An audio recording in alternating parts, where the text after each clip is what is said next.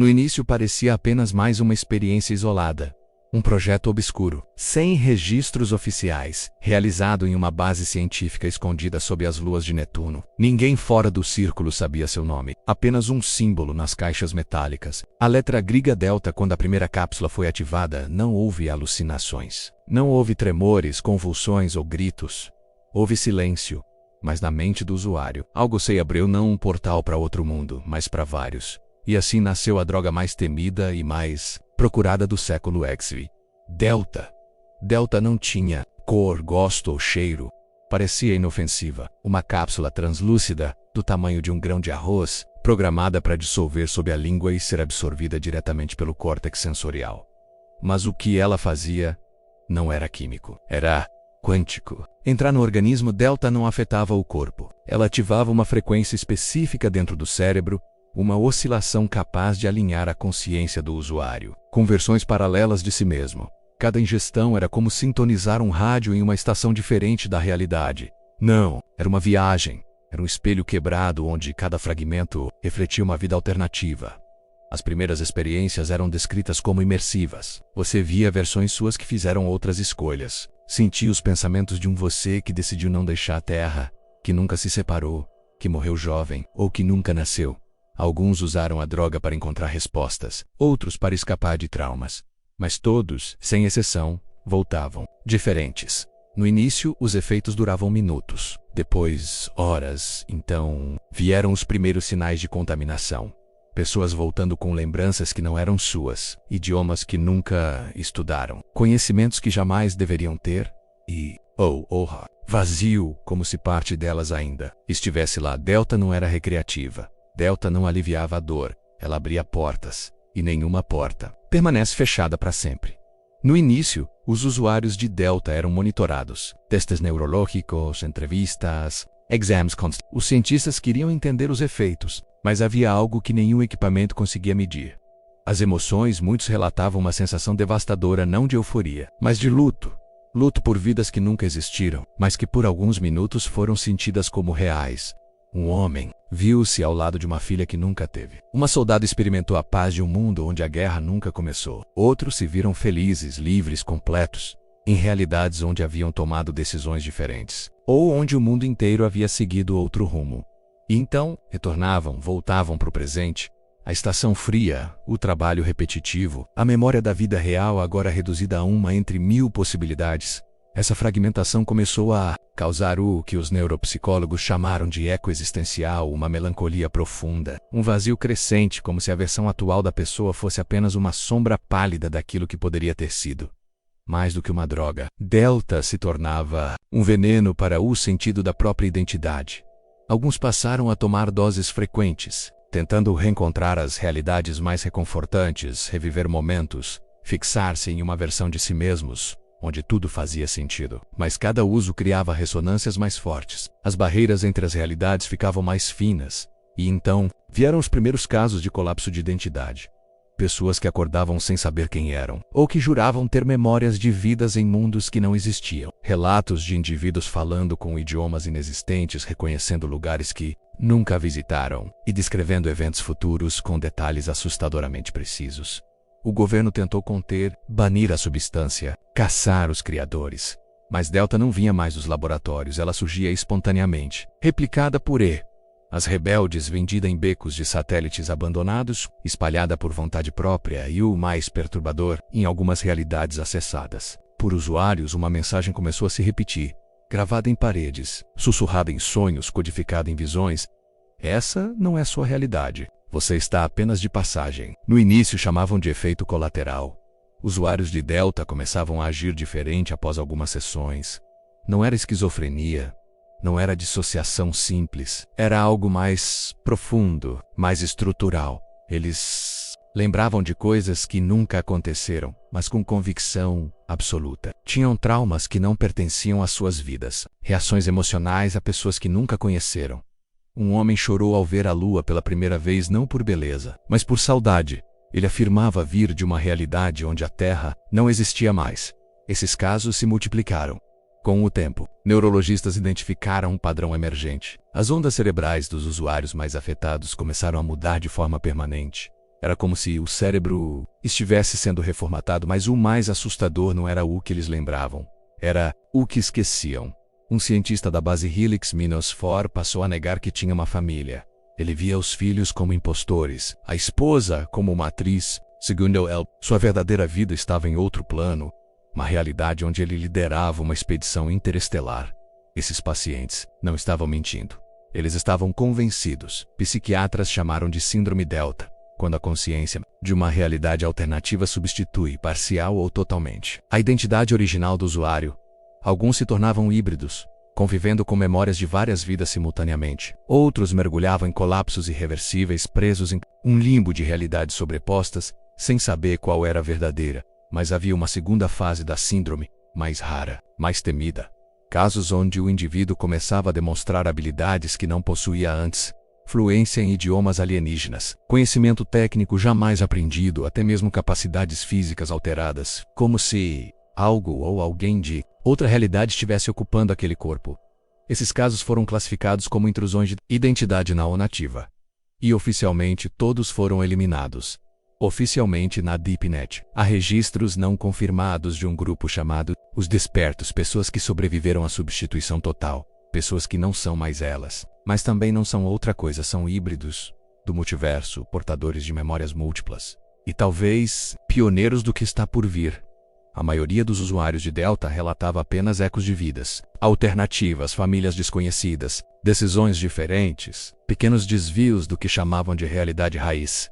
Mas um grupo restrito, os mais sensíveis, os mais quebrados, começou a relatar algo incomum. Uma presença, no começo, eram apenas sensações.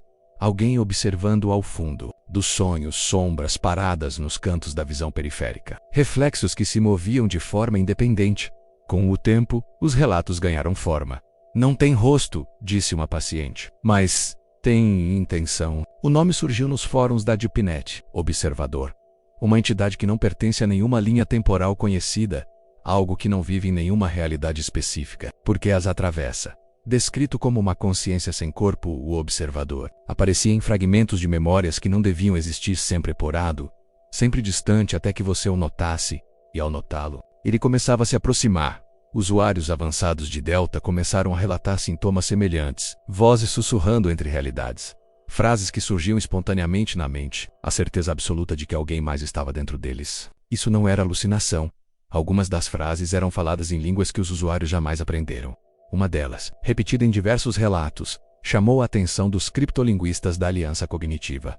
Somos o eco antes da escolha. A rachadura entre o que foi e o que deveria ser. A hipótese mais temida tomou forma. Delta não apenas sintonizava realidades. Ela chamava algo que habita entre elas. Algo que se alimenta de identidade. Alguns dizem que o observador não é uma entidade, mas uma consequência, um colapso de consciência, que nasce quando versões demais de você começam a existir ao mesmo tempo. Outros acreditam que ele é antigo, que já foi humano, que talvez seja o que todos nos tornamos após nos fragmentarmos demais. Mas há uma certeza silenciosa: quem ouve uma vez nunca mais está sozinho. Eles chamavam do desvio ressonante. Era quando a mente do usuário começava a absorver memórias de versões alternativas com tanta clareza que as confundia com as suas próprias. Não eram alucinações, eram lembranças, com cheiro, textura, emoção, um amor vivido em outra linha do tempo. Um acidente que nunca ocorreu, mas que deixou cicatrizes psicológicas profundas. Alguns choravam por filhos que nunca tiveram.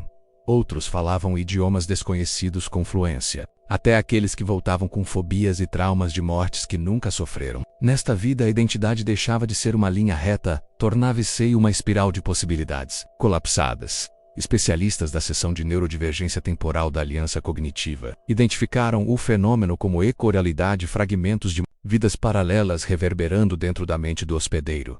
Mas havia um padrão ainda mais inquietante.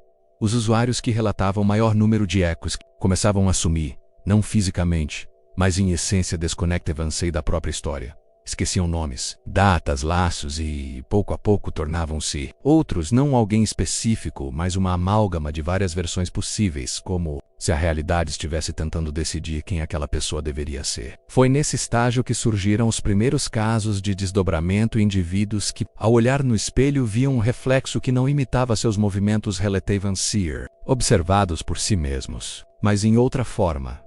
E em alguns casos, diziam que o reflexo sussurrava coisas que não eram para este mundo. Pergunta que começou a circular em sigilo nas comunidades de vigilância psicotemporal foi direta, perturbadora e até então sem resposta. E se Delta não foi criada para acessar realidades paralelas? E se ela foi criada para substituí-las? Não era mais preciso tomar Delta para sentir seus efeitos. Para alguns bastava ter tomado uma vez. Para outros, bastava ter estado perto de alguém que tomou. Que antes era uma experiência induzida por uma cápsula, agora parecia um estado contaminante da percepção. A fissura, nome dado à abertura entre realidades, deixava de ser momentânea. Ela se fixava, criava raízes na mente, permanece ativa. Chamavam isso de persistência. Delta. Os afetados relatavam um fenômeno recorrente. A sensação de que o mundo real estava atrasado, como se o ambiente ao redor estivesse sempre um segundo atrás da consciência. Como se algo os observasse por dentro. Alguns começaram a identificar símbolos recorrentes. Padrões geométricos escondidos em sombras. Reflexos que piscavam em sincronia com seus batimentos cardíacos. Sons que vinham do silêncio, mas que pareciam lembrar vozes distantes. E então surgiram os espelhos ocos. Indivíduos que simplesmente deixaram de reagir. Estavam ali fisicamente, mas não aqui. Falavam com frases incompletas. Sorriam em momentos inapropriados. Desenhavam mapas com tinta invisível, visíveis apenas sob luz infravermelha. Agentes da coalizão cognitiva entraram em alerta. O que Delta abria não podia mais ser fechado. O universo estava sendo costurado de dentro para fora. E a linha usada para essa costura eram as mentes humanas. Mas ninguém sabia quantas pessoas já estavam atravessadas. Porque no final, não havia sintomas. Apenas uma mudança sutil no olhar, como se algo estivesse olhando de volta. E a pergunta que os especialistas começaram a evitar não era se Delta causava dano. Era, e se o dano for o propósito? Foi durante o monitoramento de um paciente em persistência Delta que os primeiros sinais diretos da entidade surgiram. O nome técnico era apenas Instância No Linear Class V, mas os que estudaram de perto passaram a chamá-la de a Prison, a Renela. Não tinha forma definida, não emitia som, não podia ser vista diretamente, mas deixava vestígios nos registros das câmeras. Ticken, frames aleatórios apresentavam falhas impossíveis, pixels queimados em forma de olhos, ondas de calor surgindo em locais congelados. Reverberações temporais, como se o tempo lembrasse de algo e tentasse se repetir. E o mais inquietante, quando esses arquivos eram reproduzidos, pessoas sensíveis começavam a chorar. Sem razão, sem aviso, como se algo dentro delas reconhecesse o que nem sequer havia acontecido. Um grupo de neuroarqueologistas teorizou que a presença não era uma criatura, mas uma memória viva de um universo que já colapsou e que tenta se manter consciente através das nossas mentes. E o canal era Delta. Quanto mais pessoas acessavam outras realidades, mais a presença se enraizava. Ela habitava os intervalos entre pensamentos. Vivia nos silêncios entre batidas do coração. Flutuava no espaço entre a imagem no espelho. E o reflexo foi nesse ponto que os pesquisadores pararam de perguntar o que era. E começaram a perguntar quem era, porque a presença parecia conhecer os usuários de Delta, parecia esperar por eles. Não sou invasora, dizia uma voz registrada, em ondas cerebrais de vários afetados. Sou o que sobra quando você se esquece de quem é. No início era apenas confusão. Usuários de Delta relatavam lapsos de memória, esquecendo nomes, datas, lugares, mas não eram apagões comuns. Eles não se esqueciam de tudo, apenas do que os definia. Um homem acordou sem reconhecer a própria filha, mas lembrava com detalhes de uma filha que nunca existiu, com olhos roxos e uma cicatriz triangular na testa. Uma engenheira da colônia, Ares 9, passou a assinar com um nome que não constava em nenhum banco de dados terrestre, e se dizia nascida em Velox Primária, um planeta que não existe em nenhum mapa astronômico. Psiquiatras tentaram explicar como colapsos de identidade podiam ocorrer após sessões prolongadas de imersão neural, mas então os exames começaram a falhar. Um paciente identificado como Marcos Teven apresentou alterações genéticas sutis em seu DNA, como se uma variante alternativa dele estivesse, pouco a pouco, substituindo a original. Não era apenas psicológico, era físico, era real. Chamaram isso de infecção da identidade. Ela se comportava como um vírus de consciência, transmitido por memória, ativado por emoção, reforcado por lembrança. Pessoas próximas aos infectados também começavam a sentir fragmentos de outras vidas, pequenos ecos que não deveriam existir. Um sussurro no escuro chamando por nomes que você nunca ouviu. Uma cicatriz em seu braço, que não estava ali ontem. A sensação de saudade, de alguém que nunca conheceu. A estrutura da realidade não estava apenas sendo acessada, estava sendo contaminada. E o mais assustador, os infectados não queriam ser curados. Eles diziam finalmente se sentir completos, como se a realidade em que nasceram nunca tivesse sido de fato a original. Ninguém sabe quem desenhou o primeiro. Apareceu gravado no chão de uma estação de mineração abandonada em Phobos, um padrão circular, formado por anéis sobrepostos com símbolos que não pertenciam a nenhuma língua conhecida.